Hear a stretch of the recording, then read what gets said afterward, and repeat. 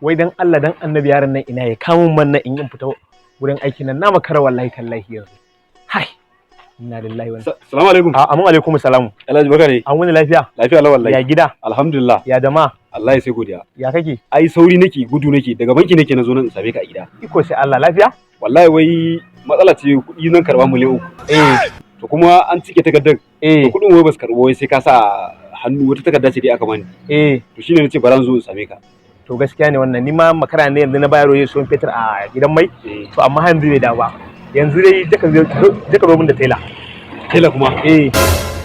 Tela yalla bai. Kwarai kwa. To shikenan bara. Maza ka je. To. Tela, lafiya kalau ya gari. To tawon. Fito. Ka biyo ka baran jin dawo. Ka gane? Mutumin nan ma'aikacin banki ne. Gaskiya. Tunda ka je ya ce a kirawo tela. Wallahi na jin ayyuka zai baka masu kyau.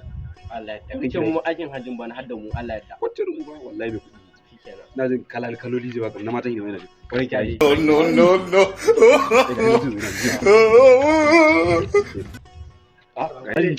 Haka da wuri? Wallahi na da wani alishi. Oh, iko shi Allah. Wallahi. Yalla bai shi wannan fa. Yawa ga telan nan da kira mai.